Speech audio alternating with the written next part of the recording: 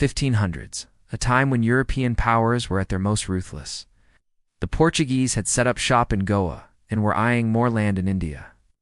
They began conquering ports on the west coast, plundering kingdoms and controlling spice routes. But in the small kingdom of Ullal, in modern-day Karnataka, they met their match. Her name, Rani Abbakka Chowta. Some call her Rani of Jhansi, others call her the Tiger Queen. But to us, she will always be India's first woman freedom fighter. She hunted wild boars and deer with a bow and arrow. She ambushed their camps, burnt their ships, and destroyed their supplies.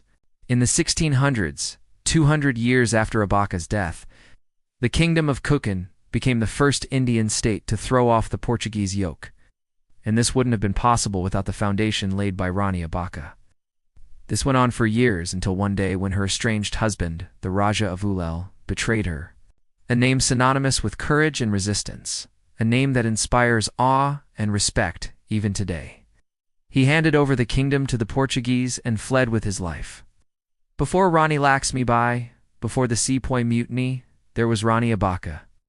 This is Rani Abbakka Chowta from the House of Chowta. Once she even used the tides to her advantage, trapping 300 Portuguese soldiers near the shoreline.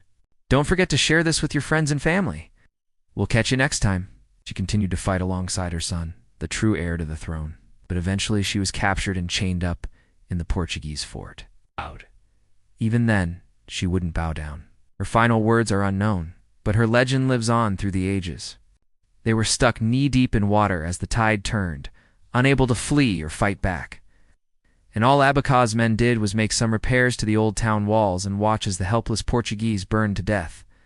She led armies to battle, defeated rivals, and expanded her kingdom.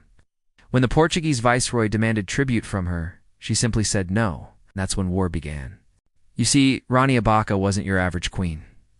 She was trained in horse riding, archery, and warfare.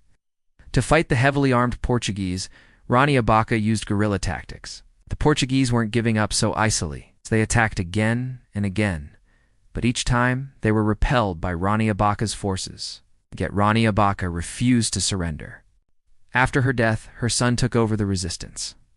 He and his men would raid Portuguese settlements, taking back what was rightfully theirs. Though they couldn't defeat the Portuguese, they kept them on their toes for years. In fact, Rani Abbakka's story inspired centuries of defiance in coastal Karnataka. So remember the name Rani Abbakka Chowta? It's a name that echoes through history. She is remembered today as one of India's earliest freedom fighters, one of the few queens who dared to say no to colonial rule, a true pioneer of the Indian Renaissance. A warrior, a rebel, a queen. That's all for now. If you enjoyed this episode, like, comment, and subscribe to Echoes and Stories.